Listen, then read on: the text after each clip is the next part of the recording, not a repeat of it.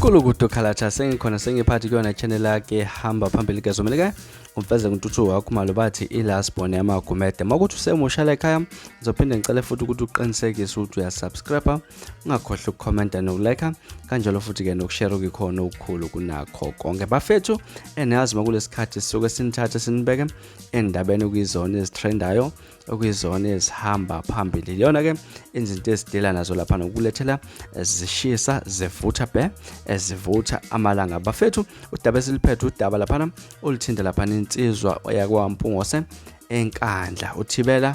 bathi umfoka sibhakabhaka amadoda lapha ke insizwa kulezi insuku impela nje phansi phezulu kanjalo lapha nensizwa yasemdletsheni umthandeni umfoka amanqele lapha kunenkinga nje ababa nazo lapha ezinkundleni zokuxhumana lapha izinto ezithinta lapha uMangcofana ezithinta lapha ugadlana ke lapha ke uThibela namhlanje lapha ukuyavuka nje ngenye ipost ekade inama ke khasini ku Facebook lapha kade khala khona ngendoda elena ethi cash ke le ndoda edume kakhulu impela ukuthi kushaya phansi ngogqomo lapha ke kushaya ngogqomo insizwa lena ke yasebenza lapha neGcokama elisha efeature show iGcokama elisha kwialbum yakhe ethi i-blow job lapha nokuyingoma ekade futhi iyona eyisihloko sealbum esebenza kuyona umfoka King Cash lapha uThibela ufika wabhala ukuthi wamgcina nini nje uCash lo kaGqomo lapha akaphuphile uyanuka ngoba nje into enawe phakathi angazi eyinkosi yami libhale kanjalo ke lapha iThibela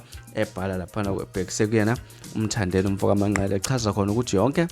into enomthandeni phakathi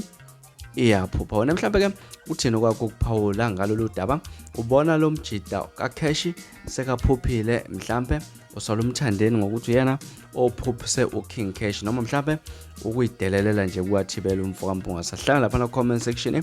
ngixoxela kabanzi ukuthi wena kuthini kwakho ukuphawula ngalolu daba ngale kwaloko ke asiphinde futhi hlanga nevideo elandelayo ngesikhathi esilandelayo nisiphatha kahle nibunusuku olumnandi ngithanda kakhulu.